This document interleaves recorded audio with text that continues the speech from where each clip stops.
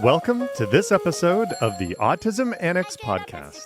I'm John Andrew Slominski. Today, we're getting to know the groundbreaking new Broadway musical, How to Dance in Ohio. Inspired by the Peabody Award-winning HBO documentary of the same name, the show offers a powerful and authentic portrayal of autistic teens as they prepare for a spring formal. It captures their hopes, their fears, and their dreams as they navigate new social challenges. With a beautiful score and moving storytelling, How to Dance in Ohio shines a light on the importance of acceptance, community, and having the courage to be yourself. Importantly, the 7 main cast members who play autistic characters are autistic in real life. My guests are composer Jacob Yandura, director Sammi Cannold, and Madison Kopec, who stars as the character Meredith. I'm sorry, can we just take a break for a moment? There's a lot going on. Thank you. Such a great start to the show. Welcome to all 3 of you. This is so fun. It's so good to see you guys. Yeah. Sorry, John Andrew. It's a little, reunion for us. Yeah, for sure. Oh, I'm so excited that you're all here. I've been looking forward to talking with you ever since I heard about the show. I also want to put a little plug in here for the original cast recording, which is now available, and I think everyone after this episode will want to listen to it. Jacob, I want to start with you. You wrote the score for How to Dance in Ohio, and I know it's very personal work for you as well. Give us an introduction to the story and how you first connected to it. Yeah. So like you said, it's based off of a documentary with the same name. It's about a group of young adults on the autism spectrum learning how to transition into adulthood by preparing for a spring formal dance. And they all attend a community center together. And the head of the center has an idea to host a formal dance in the hopes of learning social skills, etc. So what's cool and personal for me, it takes place in my hometown of Columbus, Ohio. And my sister is autistic, and she was diagnosed as autistic like a year before I saw the documentary. So it was very personal for us when I first saw it. And she was actually diagnosed by one of the doctors that's interviewed in the film. So it's crazy connections all over. But that's sort of the gist of the story and my connection into what attracted me to it. Sammi, you directed How to Dance in Ohio, first for the Syracuse stage and soon after on Broadway. What is it about the show that made you want to bring it to life? So I came on board when Jacob and I had coffee, and he told me that he was working on the show, and my brother is autistic, and I was really eager to work on something in the orbit of that conversation, and was so excited and loved the documentary. And the show's original director was the legendary Hal Prince. He very sadly passed away in 2019, and Jacob and his partner Rebecca and the producers were looking to bring on a director to pick up where Hal had left off. And so the confluence of this subject matter that I cared really deeply about, and getting to sort of attempt to do justice to the work of this icon, and then just this beautiful show that I got to encounter after Jacob and I had coffee and loved so much, all came together, and it was very exciting for me, and I'm just so grateful that I got to work on it for so many years and with these amazing folks. Madison, you play the role of Meredith, and we'll hear more from Meredith in a few minutes. She's a young adult with autism. How did you find this role? I hadn't seen the documentary at all when they were having online auditions. I think that was 2021, summer 21. Mm-hmm. Yeah, and I had in 2019, I did an industry reading of a show called Indigo, where I play another autistic character. And the casting people reached out to me because they're like, "Oh, an autistic person. You're probably looking for autistic roles." And I was like, "Yes, thank you. That was kind." So I sent in a tape for that. Madison, I don't know if you know this, but in like very early in our casting process, your name was actually I think the very first name on the list of people that we were going to reach out to because Really? yeah, because I think a number of people involved in the show had seen the reading Of Indigo. and so you were sort of like our celebrity auditionee where we were, Yeah. oh, are their tapes, have they come in yet? We can't wait to watch their tapes. So it's All very right, like because hear both Ben, sides, you know? I almost didn't. And ooh, that's something I'm like, I'm so glad I did now. Like, there's some things like you just think about, like, oh, I don't have to do that. Like, what'll it actually lead to? And then, I never would have thought that that little self-tape I did in my basement would lead to Broadway.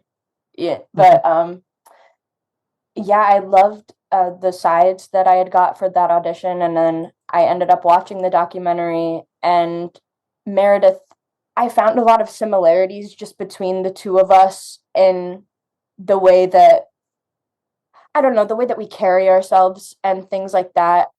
Meredith gets so many great moments in the show. Do you have any favorites? Well, as Meredith, there's so many. I think I'm lucky because Jacob gave me my favorite songs in the whole show, which are Drift and Unlikely Animals. those are my two favorite too. They're so fun. Let's listen to an excerpt from Unlikely Animals. Here, Meredith's father has just asked her about the upcoming dance, and instead of answering him directly, she completely redirects the conversation, leaning into her comfort with facts over people. And she recites trivia about Australian animals instead. Australia is an island out in the Pacific that's mostly a desert. Australia is a lesson in what isolation and distance can do. A land of unlikely animals, so strange they couldn't possibly be true.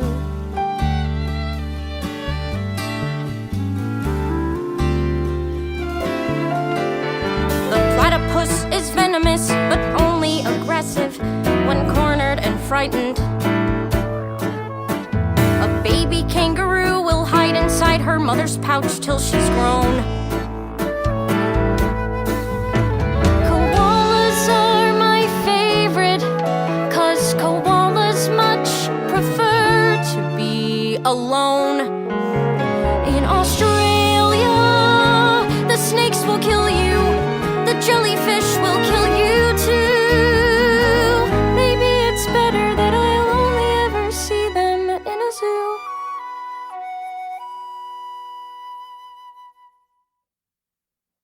Unlikely Animals is one of my favorites, too, in the show. And it's worth pointing out that this very situation and the content of this song is directly drawn from a real-world interaction between the real-life Meredith and her father. Definitely. Yeah.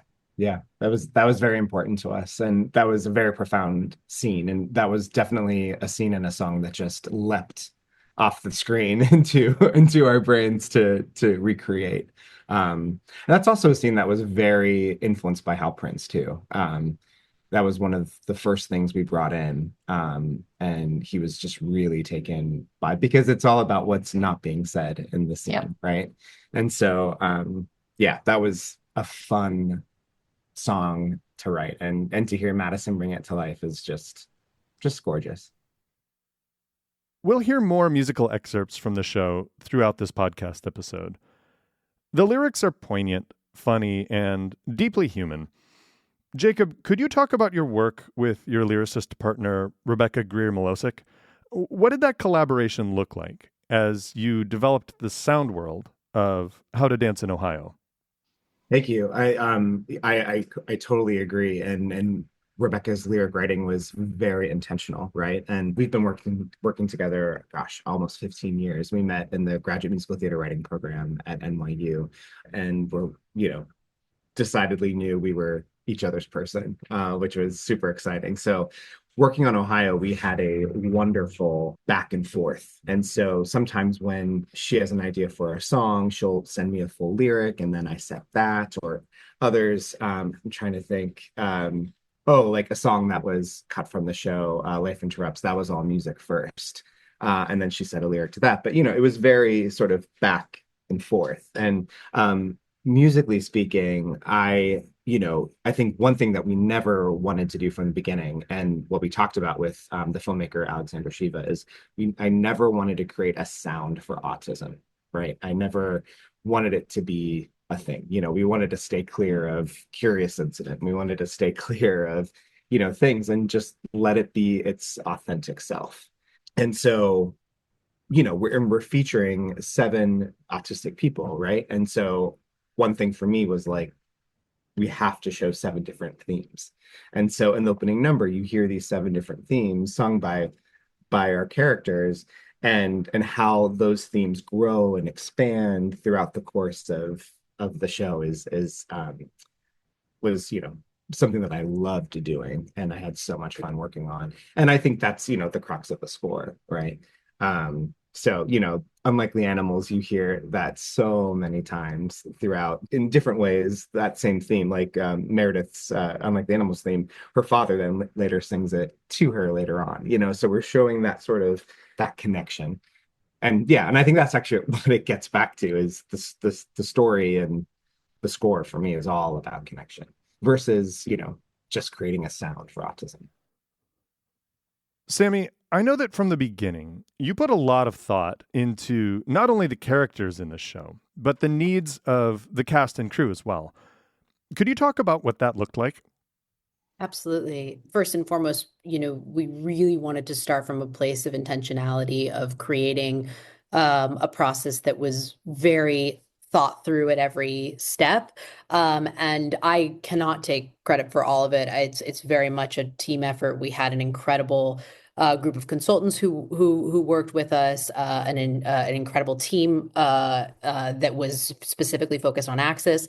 And together with the creative team, we designed a process that we iterated starting back when we did our very first reading all the way up through the Broadway production. At first it wasn't perfect. I mean, at the end it wasn't perfect, but we, as it iterated, we grew and added things to it. And for me, the centerpiece of that process is actually something very, very simple, which is that at the beginning of every step of the show's journey, we sent out a survey in the form of a Google form to every single person who worked on the show, autistic or neurotypical, that said, what do you need to do your best work? What are things in your life or in your world that you want us to be aware of? What sensitivities do you have that you might want us to know about?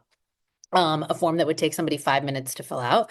But the information that we got from people filling out that form allowed us to design processes that catered to what everybody in the room was bringing into the room and what they were hoping to get out of the room. And I think that so often when we walk into rooms, not just in the theater space, like in a lot of workplaces, we just make assumptions about what everybody needs to do their best work. And I love doing that survey so much that I now do it on every project I work on, whether or not we have autistic folks in the company, though we always do. And so I think that it's very simple and yet can lead to so many small changes that can make somebody be able to do their best work.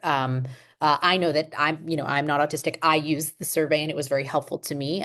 So I'm hoping that some of these things that as a team we were able to kind of nail down and figure out can help to make spaces like ours that much more human and empathetic and engaging in ways that are meaningful to people. Madison, do you remember filling out those surveys?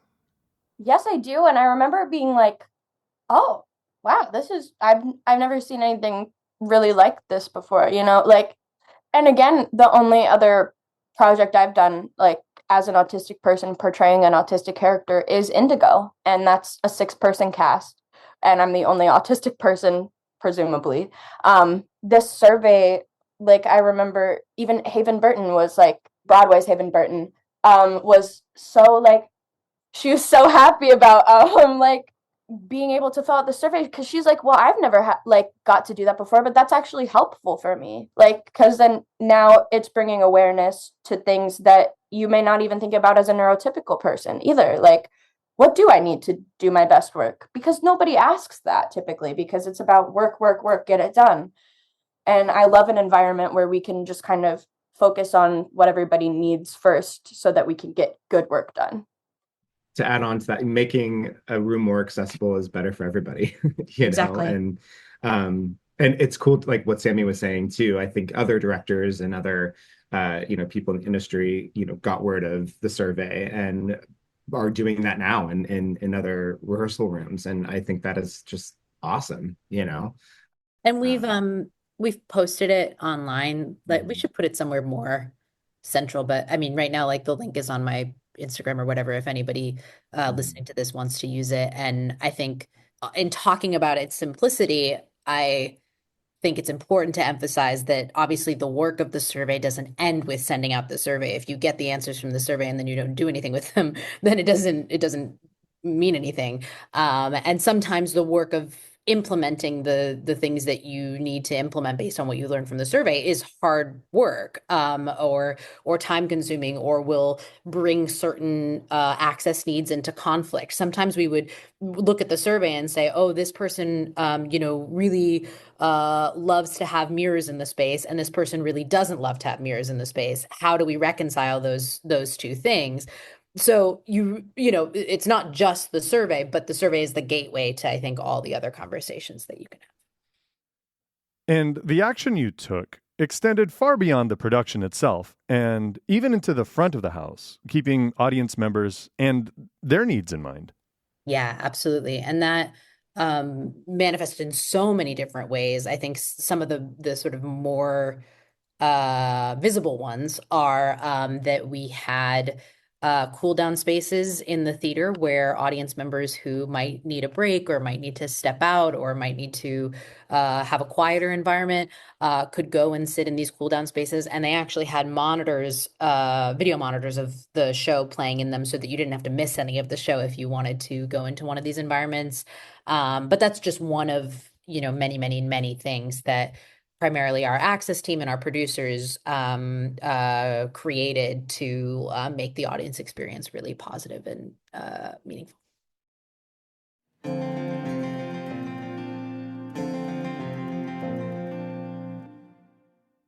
Madison, a few minutes ago, you mentioned Indigo, the Scott Evan Davis show in which you played Emma, a prominent autistic character. But otherwise, to my knowledge, the representation of autism and neurodiversity on Broadway is basically non-existent.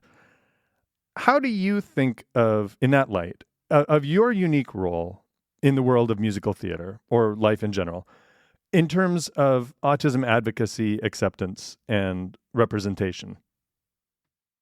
The only thing I've always said this from the get-go is the only person I can really fully represent at all times is myself. And if people find inspiration in that or can relate to that, whether they're autistic or not, like, that's cool. And, but I can't speak for anybody else. And, there's that whole thing of knowing that as like an advocate in that space. But if there's also just like small things, like if you see a child with a disability, like waiting somewhere for something, like I've had a couple run-ins, a kid who waits in a building that I go to and nobody talks to him and we're all waiting to go into class. He just wants to talk to somebody. He's got this little doll. So I'm like, I love your doll. And it's just, small little things like that. And like, not only like taking it off of the stage and actually, I don't know, making an effort to like understand not just other autistic people, but other disabled people as well, because I think the show is going to be a really good jumping off point for lots of different disabilities to be represented. And I think the possibilities of that are just so cool. And of course, with playing a real person too, in How to Dance in Ohio, I never wanted to imitate anyone. That's why I said earlier I saw some of like the similarities Meredith and I had, but I never wanted to like, you know, if a stim wasn't mine, I wasn't going to do it on stage. So yeah, and I think the me being like true to myself and my own expression through these autistic characters, because Emma and Meredith are very different characters, but I think people still are able to see themselves through that, and that kind of like just genuine interpretation of it, rather than like, a curious incident where somebody's like, oh, this is what an autistic person is like. And you've captured something that the character Drew articulates right at the beginning of the show. Here he is in the prologue. The show is based on things that actually happened, but parts have been embellished for dramatic purposes. You have to spice things up in Ohio. There is the saying, if you've met one autistic person, you have met one autistic person. You are now meeting 7 autistic people.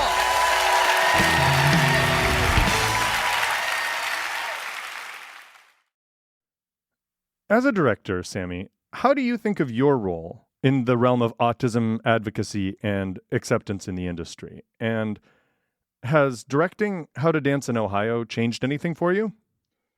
Yeah, I think directors have a huge role to play in this conversation, whether they intend to or not. And I say that largely because we, in addition to producers, are the people who do the most hiring in the industry. And, I think in a given year, I am part of hiring conversations for about 200 to 300 people, which is a lot of jobs and, decisions about who's in community with who. And it's interesting because I look back on, a lot of conversations or like job interviews that I conducted prior to working on this show. And I think back about interactions that I had that I took to be signs that somebody might not be a good fit for a job.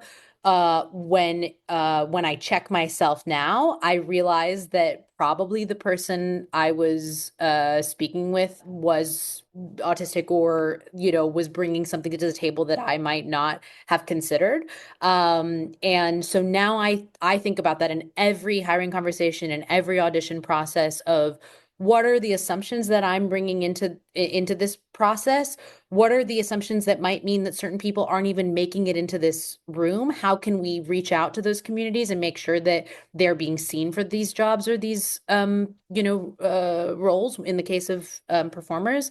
And I think that it's sort of once you know, it's like I can't not think about it now. And I think that I hope that other people who are in hiring, in positions to hire, have exposure to stories like How to Dance in Ohio, to interactions like the one that the character, Mel has with their boss in the show, that make you think a little bit differently about how you hire, how you work with people when you're running a room, and how you can just be more thoughtful about what different folks might be expecting or needing from a situation.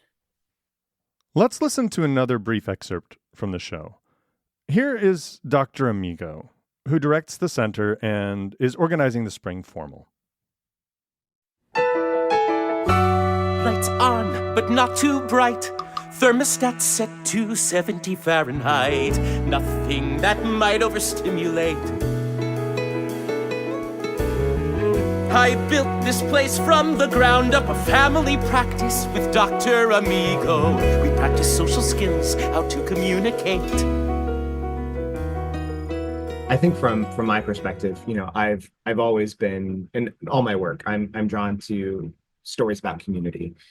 Our goal was to demystify autism, right? This was a chance to show 7 people with 7 different experiences in their own way, right? And I think what's exciting is it's a conversation starter, right? And what I'm excited about is the number of shows that will be written and the number of stories in general. Yeah, I can't wait for what's next, right? And everything that we've learned along the way and the people that we've met along the way. I have to give major props to my assistant music director, Nicole D'Angelo.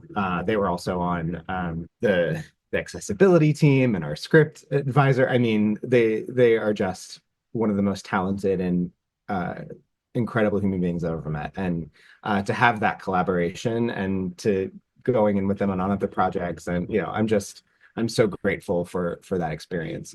And so it's kind of like what Sammi was saying. I'm always going into projects now looking at my team, right, and learning how to be more inclusive, right? We haven't figured out everything. What we did on Broadway wasn't the end all be all, right? But it started the conversation. So I think that's what I'm excited about. Let's take a moment to listen to another excerpt. And this is one of my favorites. This is Drift, where Madison Kopec, as Meredith, is reading a book given to her by her classmate Drew, while reflecting on her new romantic feelings for him. This is quite a departure from the fact-based Unlikely Animals. Here she is. Can't pay attention to what's on the page. The window keeps catching my eye. Watching the puffiest cumulus clouds drift by. This book is full of phenomenal facts, the kind that I really enjoy. This book I got from a friend who is also a boy. No purpose on their path, just doing what clouds do. They drift like my thoughts drift to you. This says the continents all will collide in 300 million years or so.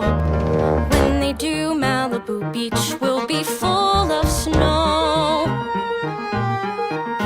No deserts will appear in lands that once were cold. When the continents drift back together like hands that hold. Focus on the facts, but I can't make my limbs relax. That feeling when tectonic plates shift. Slow but worth the wait, converging at some future date. Our own personal continental drift. Madison, as one of the autistic cast members in How to Dance in Ohio, could you talk a little bit about how autism plays a role in your life, on and off stage? Maybe how you were diagnosed and what it's like to work as an actor in the industry. Yeah, of course. I was actually diagnosed with ADHD before I was diagnosed with autism, way before. I was diagnosed with ADHD at 10, and I didn't even have any inkling that I could be on the spectrum until I was 15 on the bus, and I came across some article that an autistic woman wrote about how the symptoms of autism manifest differently in women. And what I didn't really understand at the time, and what I would later learn, was that's not a biological cause at all. It's a lot more of how we are socialized, and it's the same reason why autism is so underdiagnosed in Black communities and brown communities and low income communities. But I ended up getting diagnosed at 17 through some people at my school after missing the criteria for diagnosis by 1 point on another test. Yeah. But anyway, all's well that ends well. I got the diagnosis, and I think that it answered a lot of questions for me.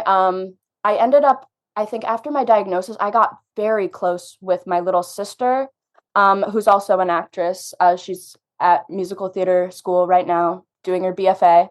But she and I just weren't close before then, because there was this boundary of like interaction and how was I supposed to interact with my sibling that I didn't really understand. And, I don't know, having those answers of like, oh, that's why I like to be alone so much. Oh, that's why I walk on my tiptoes. That's why I'm afraid of the stairs. Apparently, these are all things that have to do with autism for some people. I didn't know that. But yeah, as an actor, I've I think I've experienced some skill regression since the pandemic, getting out of working on it every day, and it's starting to come back, which is really interesting. I think, yeah, is definitely different, especially post-diagnosis and knowing things about myself, but also knowing that because I have that diagnosis, it's like, okay, I can still do the things that I used to do. That doesn't hinder me now. It's just now knowing that's why I have trouble making eye contact. I spend a lot of my outside time like listening to, I don't know, artists, theater people talk, and when I'm not in classes and things, and it's been a really big interest of mine for my whole life. And I think when autistic people have that, like, a special interest and they're good at something, and it can end up being like, I don't want to say an easy career, but easier than it might be for other people. I'm wondering what it was like to be working with such an intentionally autism positive and inclusive cast and crew. Yeah, it was really unlike anything that I'd ever experienced because, again, being diagnosed so late, I was never really part of like autism groups or like Logan Center where they did plays. So I'd never done like a show with a group of people that were autistic, or at least that they knew. So it was really interesting and really cool to meet all of these people, and not just on the acting side, like on the creative side. Like, another person on our creative team who just went above and beyond was Liz Weber. They made sure they were down to the soap in the bathrooms at the Belasco. All the soaps were unscented.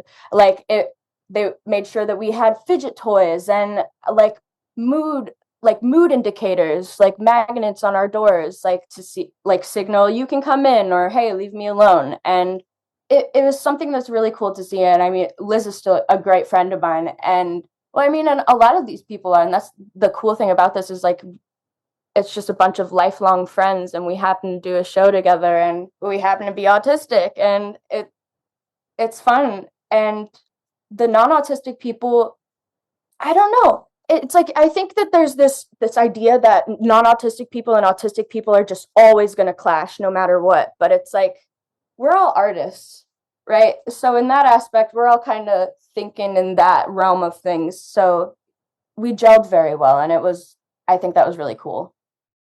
Yeah, and I think with that too, it was fun. Oh It was yeah. so fun. We had so It much was so fun. So, and seeing, I mean, what was so awesome in the bond, working on the show for, a few years, and then in our first meeting or first reading, seeing our cast and seeing the seven meet each other and how their relationships grew it was just one of the most beautiful things I've ever been privileged to be a part of. So it's yeah, it was so much fun. Reflecting broadly on your work with How to Dance in Ohio, and this is for all three of you, what are you most proud of, and what legacy do you hope the show will leave behind? Gosh, I have to think on that for a bit. There's so many things. I think I'm most proud of, throughout the journey, right? I've been working on the show for, 6 years, I think, like before Broadway. And there were so many no's that we got, so many of like, oh, you're never, just the industry was very dismissive. Let's just put it that way.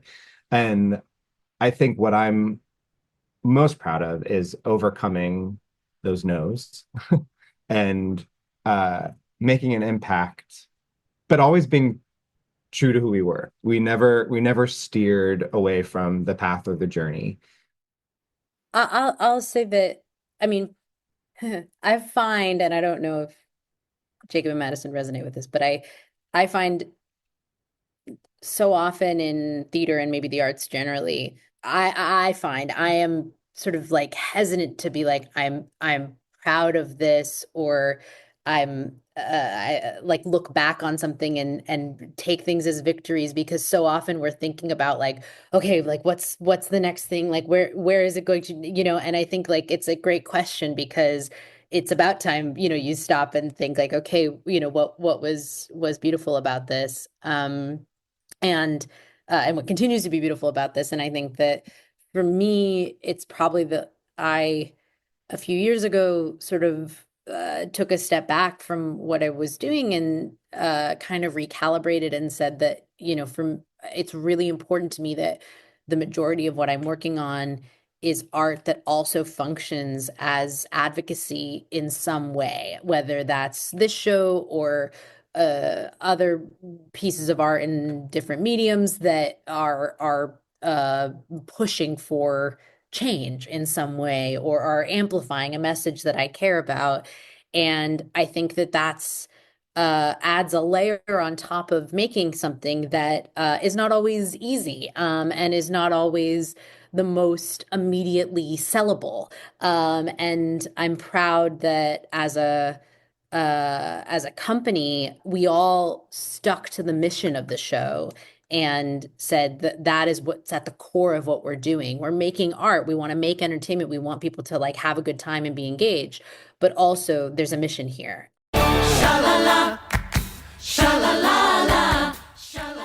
I very much agree with both of those sentiments. I'd probably have to say I'm the most proud of the people that I met at the stage door and beyond. Like, it doesn't happen often, but occasionally somebody will recognize me if I'm in Midtown or, out and about. And I've met so many autistic people that, resonated with the show, resonated with the roles, saw themselves in it, and of all different ages, like little kids up to older adults. And there's just something about that it's like, it's so cool to see that happen, and it's so cool to see a piece of work touch like so many different lives in so many different ways. Would you like to dance with me? Yes. Jacob, Madison, Sammi, thank you so much for coming on the podcast.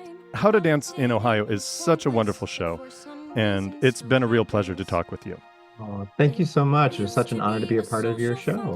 Thank you for having us. You've been listening to my conversation with actor Madison Kopec, composer Jacob Yandura, and director Sammi Cannold of the Broadway show How to Dance in Ohio. You can learn more at howtodanceinohiomusical.com. And the original documentary is available for streaming on HBO. The Autism NX podcast was developed by Star Autism Support. I'm John Andrew Slominski. Thanks for being with us today. And until next time, take good care of yourself and one another.